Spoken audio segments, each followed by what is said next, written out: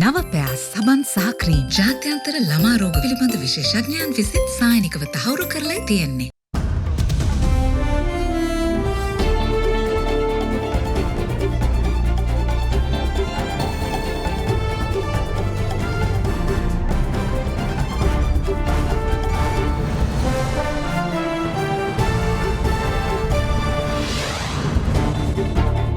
Commercial dispute. Aviation Minister assures of no diplomatic dispute between Sri Lanka and Russia after Aeroflot aircraft grounded in Colombo. Russia sends repatriation flight to bring home Russians in Sri Lanka. In the event that Russia takes this matter so seriously, then it will affect very badly. The Attorney General of this country will go to courts tomorrow when the court opens and represent these matters. Wanting to repossess, the owners of the aircraft has now filed this action. That is their right. Priorities amiss. Prime Minister Wickremesinghe asserts that China is not the reason for the country's multiple challenges, says Sri Lanka will count on India until IMF funds come through. You'll immediately either sell the assets or privatize. For example, the recent Sri Lankan Airlines. Why is that? Why do you sell Air India? The same reason. Constitutional reforms. 21st Amendment to be submitted to Cabinet tomorrow. Justice and Constitutional Minister says it will be gazetted following approval. More heights. The price of Love's domestic LP gas cylinders increased. Company to systematically begin distribution, with Colombo and suburbs given priority. All this and much more coming up on this Sunday, the 5th of June 2022. Life boy shampoo chuti rupiah 70යි. From AdaDerana, this is AdaDerana First at 9. Live from Studio 24 in Colombo. Bringing you news from across Sri Lanka and around the world tonight on AdaDerana 24 English News Service. I'm Indivariya Muatta. Now, questions are rife if the restraining of a Russian state-owned commercial flight at the Bandaranaike International Airport have led to a diplomatic spat between Sri Lanka and Russia.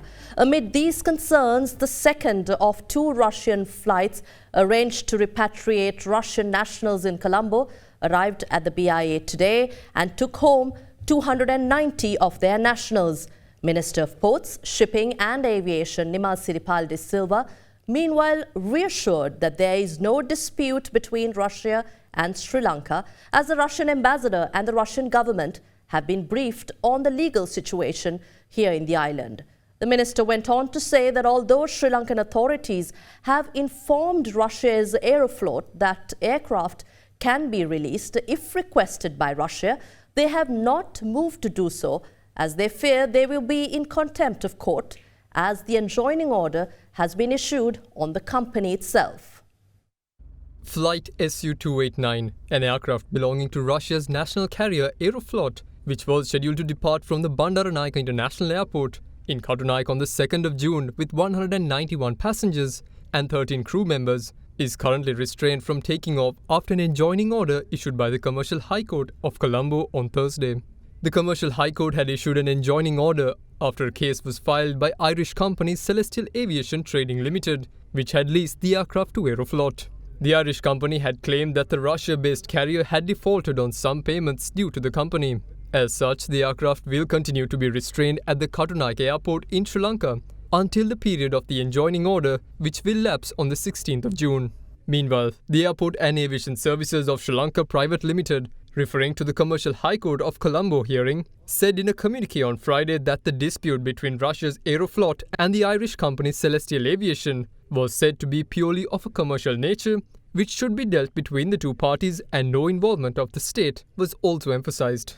With this being the case, addressing a media briefing today, Minister of Ports, Shipping and Aviation Nimal Siripal de Silva said that the Director General of the Civil Aviation Authority of Sri Lanka has informed the Russian ambassador in Sri Lanka that the Aeroflot flight can be released if a request was made by Aeroflot to the Civil Aviation Authority of Colombo. Mr. Temia, the chief of the Civil Aviation Authority, informed the Russian ambassador as well as the Aeroflot that we have no objection of your taking the aircraft, because he is the authority who can give such an order. But they did not make an application up to now to take off the aircraft and go, because they know there is a restraining order on them. So that is the position at the moment. In a statement issued yesterday with reference to the Aeroflot passenger aircraft flight, the Sri Lankan Ministry of Foreign Affairs said the case relates to a commercial dispute between the plaintiff, Celestial Aviation Trading, an Irish company, against the first defendant, the public joint stock company, Aeroflot, and the second defendant, NC Abhivardhana, acting head of the Air Navigation, Airport and Aviation Services of Sri Lanka, and the matter is still pending final determination of the court. The Foreign Ministry went on to say that the matter is under consultation through normal diplomatic channels. Meanwhile, following Russia's announcement yesterday to suspend commercial flights to Colombo, the Russian airline is operating 2 repatriation flights to take home citizens who were asked to deplane on the 2nd of June due to the seizure, and those scheduled to flight on the 4th and the 5th. Arrived in Colombo at 10:24 am and departed from Moscow at 1:55 with 285 Russian nationals yesterday.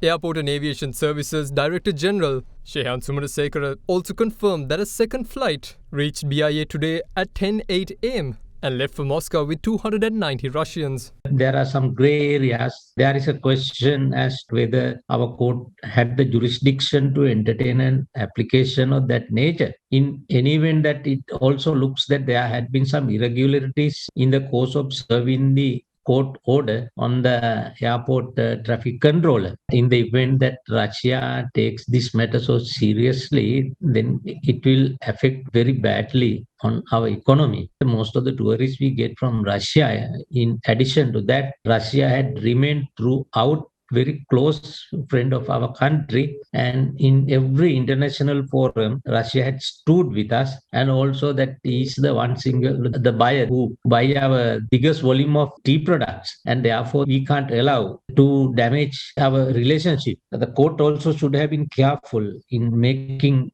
interim orders as to the damages or the disadvantage that can cause to third parties who are not privy to contracts. Although the order has been made against Aeroflot, but some of the affected parties are the passengers. They had to waste their time several days in the airport. These are very serious matters. In March 2022, the Russian government and the Russian president put into law that basically lease the aircrafts from the West. Most of these aircrafts are aircrafts that have been registered in either Ireland or in Bermuda. And nearly 70 planes have been repossessed by these companies in Europe when the Russian flights landed in European countries.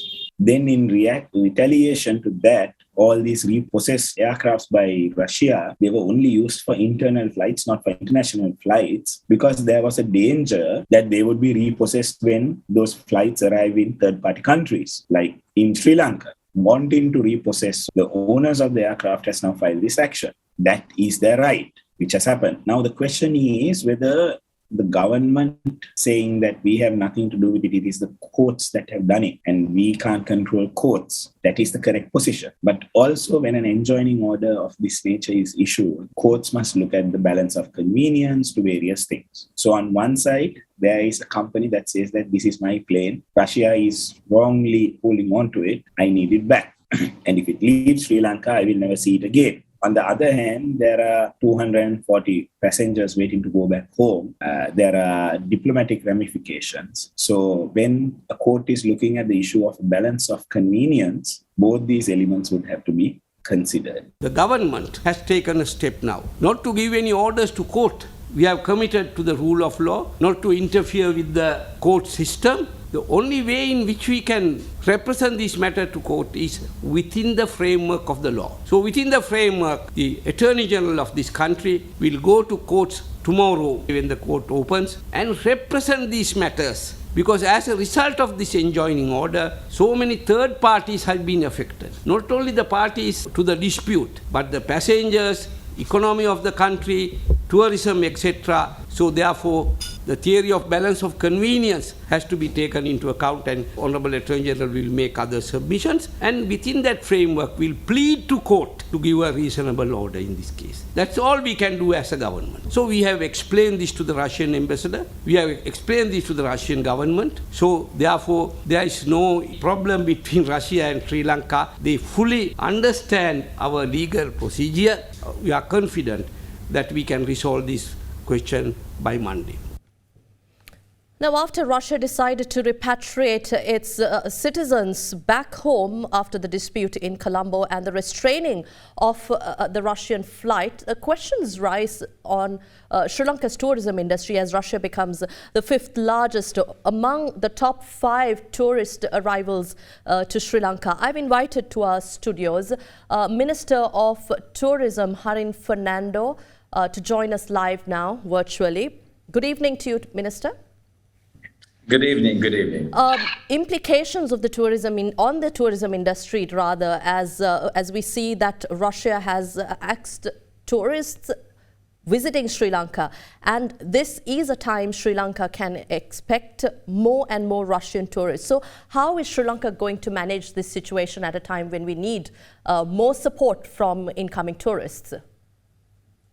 Yes, well, actually, we had this conversation about a week ago, and I myself, with my secretary, met the Russian ambassador because we are on the off-season when it comes into the country, and currently we were mostly depending on the Russian tourists, the Middle Eastern and the Indian market.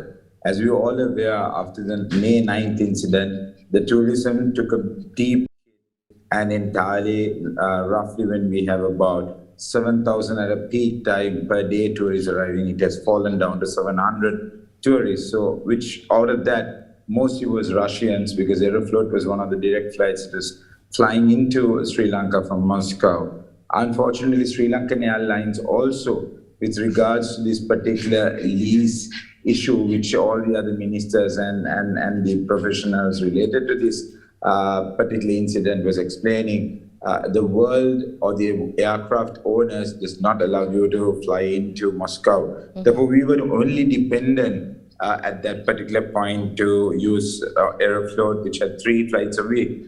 However, I really believe that we will be able to sort this issue out by tomorrow at Court of Appeal.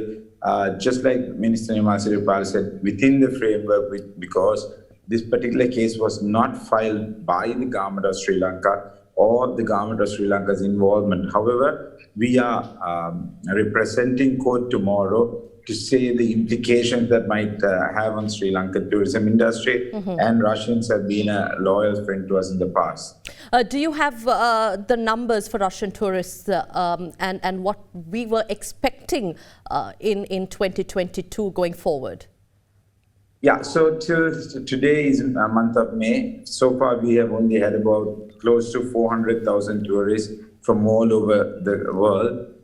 The best years of us was in 2018, when we had 2.3 million tourists arriving in Sri Lanka. So, however, our target is 1 million, and out of that 1 million, we were really looking forward to up the Russian market. We've spoken to a few other airlines, like Turkish Airlines, to carry the passengers, but it would be slightly expensive than a direct flight flying into Moscow and the other parts of Russia. So right now it's quite a challenge, but as usual, I believe we can overcome this tomorrow by representing the court the real matters, and also this is a matter of Russians also knowing that the lease aircrafts had this danger flying into different countries, that those owners would be going into commercial courts and filing action and taking injunction orders and grounding these flights. So therefore, like Mr. Siripala said, we've been very clear with the Russian authorities that what exactly took place. So there is no need to really reprimand the Sri Lankans or the Sri Lanka tourism industry, because we are always hospitable towards the Russians, and we really welcome them, and we really hope the engagement that we've had in the past within the tourism industry will continue. Right. Thank you very much for your time here in our studios, joining us virtually. Thank you very much. Thank you very much. We had with us the Tourism Minister, Harin Fernando, joining us virtually to discuss the implications on the tourism industry. Moving on to other local stories. Prime Minister Ranil Wickremesinghe asserts Sri Lanka is responsible for its current situation, contrary to popular belief that China is the reason the country is facing multiple challenges. Making these remarks during an interview with Indian media outlet NDTV, the Premier also said that Sri Lanka should have prioritized whether the funds received from China and other nations were diverted to instead of using them on projects that were not economically viable. Premier Wickremesinghe went on to say that Sri Lanka will count on India until funds from International Monetary Fund comes through. So is Sri Lanka counting more help from India till the check arrives from the IMF? We are counting for help from India. They will be the major country that will be helping us. There will be others. India has done most of the work for us. One of the reasons why Sri Lanka is today in this state is also because of China. Do you agree with that? There is the Chinese debt, but China and Japan are the two largest creditor nations as far as we are concerned. The issue on China is whether Chinese loans were used on economically viable projects. The issue there is that the projects were decided by Sri Lanka. So Sri Lanka made a mistake is what you're saying? Well, I think we should have controlled it and put more of our money into developing the sectors of the economy. When you're talking about the kind of projects that you'll choose, the minute the country faces trouble, you'll immediately either sell the assets or privatize. For example, the recent Sri Lankan Airlines. Why is that? Why do you sell Air India? The same reason. Air India was making so much of losses, you just couldn't turn it around. We have the same issue and the economy is crumbling, so we couldn't support it anymore. Will there be any corruption charges filed against Mr. Gotabaya Rajapaksa or other family members leading Sri Lanka to this state? If they had violated the law, certainly we had to be prosecuted. Anyone, not only them, all of us. That's the matter for the investigating agency. But personally, how long would you want those youth to be there on the street? I'd like them to get involved in the system.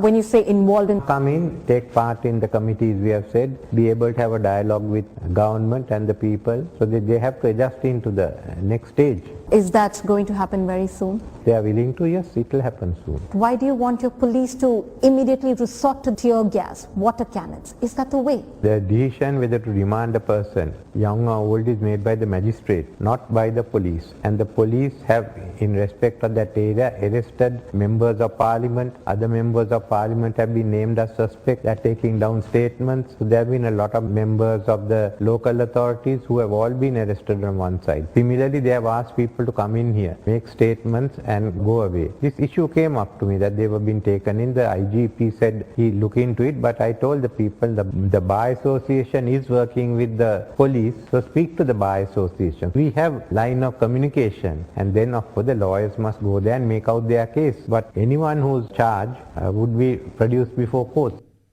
And we'll return with more news on the other side of this break.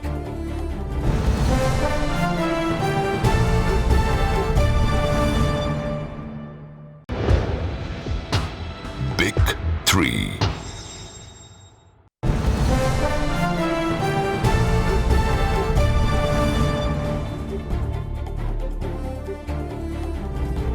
Welcome back.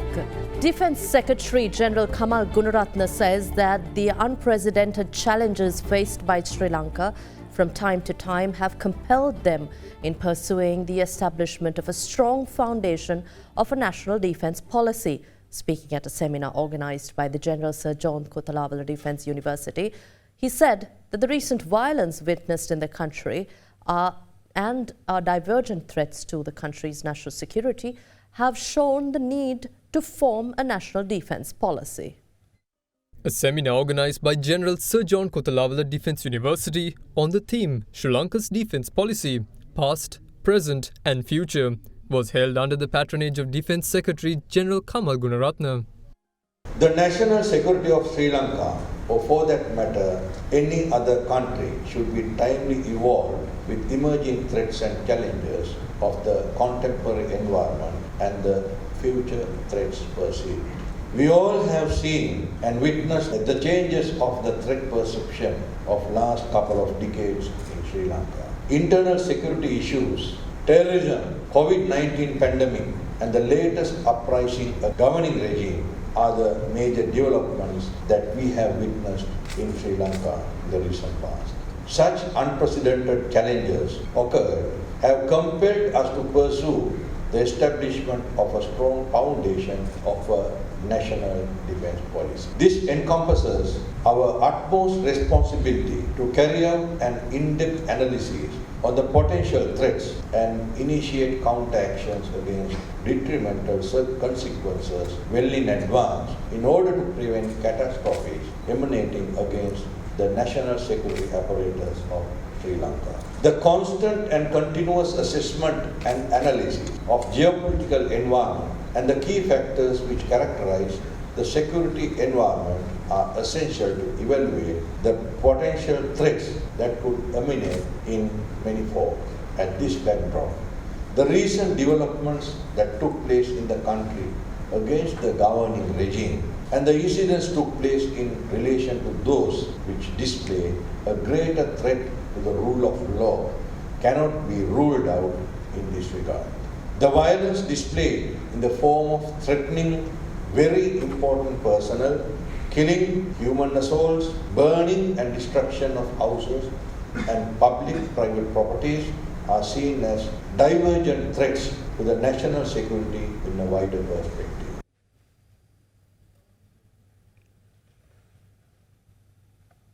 Chief Minister of Tamil Nadu State in India, M.K. Stalin, announced that a second shipment of humanitarian assistance to Sri Lanka is also in line to be dispatched. Stalin made these comments to the Sri Lankan High Commissioner in India, Milinda Moragoda, when he paid a courtesy visit to the Chief Minister's office in Chennai. During the meeting, Sri Lankan High Commissioner Moragoda had requested the Tamil Nadu Chief Minister to designate a focal point at state level with a view to have better coordination on all aspects of the relationship between Sri Lanka and Tamil Nadu. Sri Lankan High Commissioner to India, Milinda Moragoda, paid a courtesy call to the Chief Minister of Tamil Nadu, M.K. Stalin, yesterday at the Chief Minister's office in Chennai, making the first meeting between a Sri Lankan High Commissioner and a Chief Minister of Tamil Nadu since 2011. The meeting came as part of plans to expand Sri Lanka's footprint at state level to promote great interactions between Sri Lanka and the states of the Indian Union.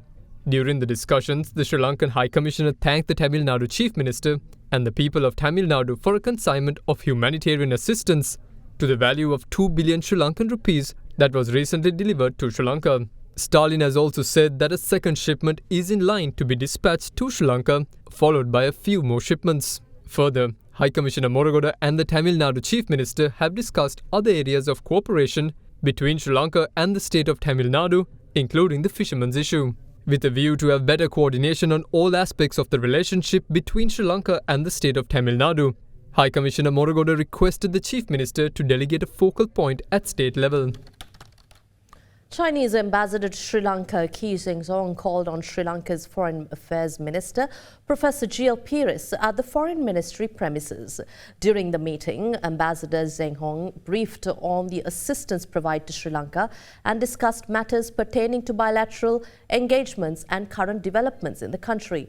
While appreciating the generous assistance and support extended by China, particularly during the current situation, Foreign Minister requested continued support of the government of China to mitigate the economic challenges in Sri Lanka.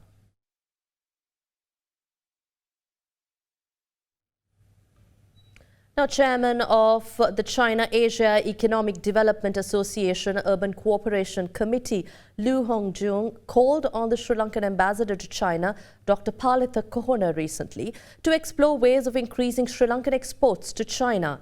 Liu Hongjung has said that Chinese consumers will warmly welcome Sri Lankan products, especially Ceylon tea, sapphires, spices, coconut and seafood, adding that these products have gained a high reputation in the Chinese market.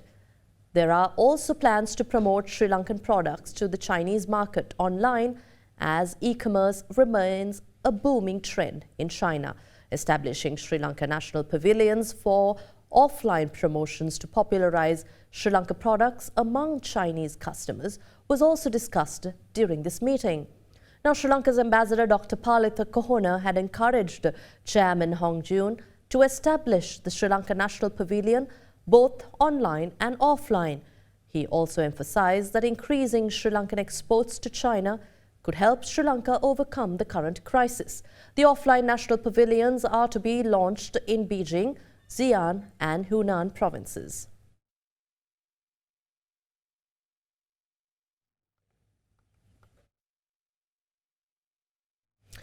Now, with most political parties having agreed to the draft of the 21st Amendment to the Constitution, it will be submitted to Cabinet for approval tomorrow. According to Minister of Justice and Constitutional Reforms Dr. Vijayadasa Rajapaksa, it is expected to be gazetted after receiving Cabinet approval.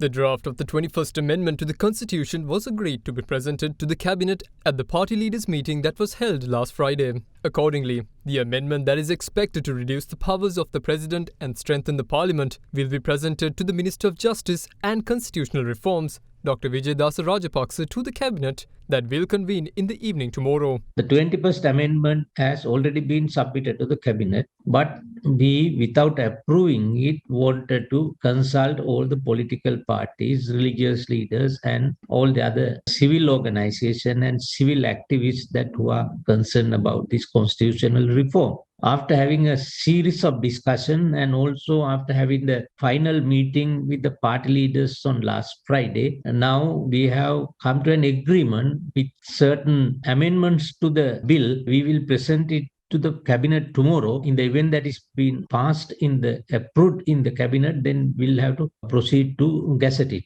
In the meantime, other parliamentarians and civil organizations also expressed their agreement for the 21st Amendment that is planned to be presented to the Cabinet tomorrow. 21 සංශෝධනයේ තියෙන මූලික කරුණු වලට අපේ එකඟතාවක් තියෙනවා.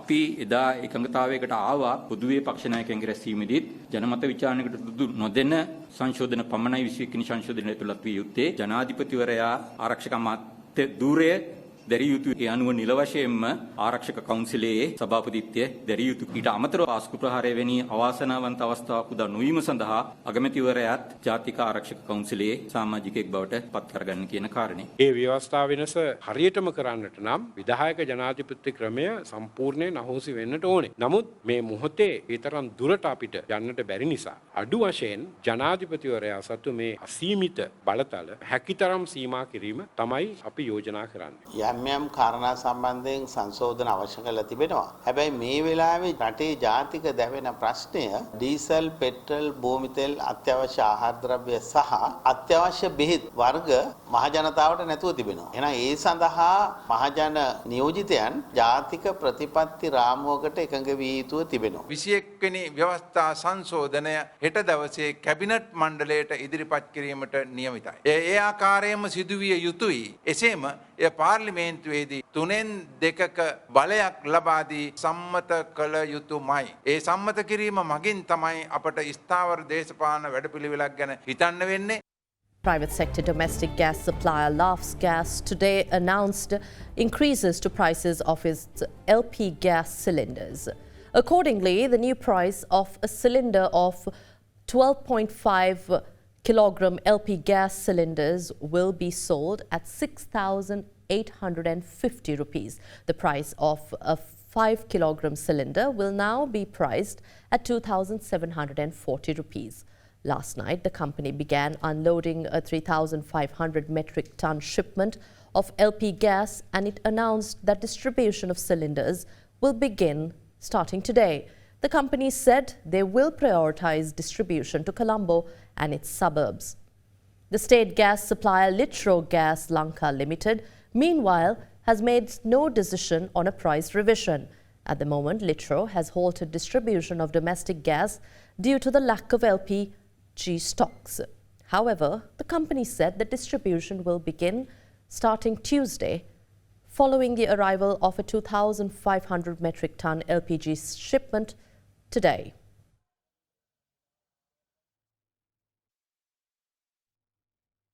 The Public Utilities Commission of Sri Lanka has approved the Ceylon Electricity Board's request for power interruptions from the 6th until the 12th of June. Accordingly, 2 hours and 15 minutes of power interruptions will be implemented between 10:45 a.m. and 10:15 p.m. from the 6th of June until the 10th of June, as per the Public Utilities Commission.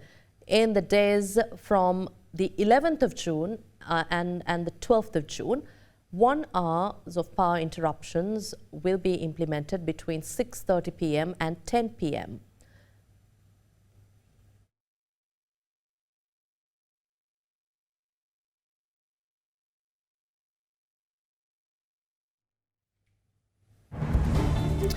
Well, before we wrap up, Rafael Nadal won the French Open. We'll see you again tomorrow at the same time. Take care. Good night.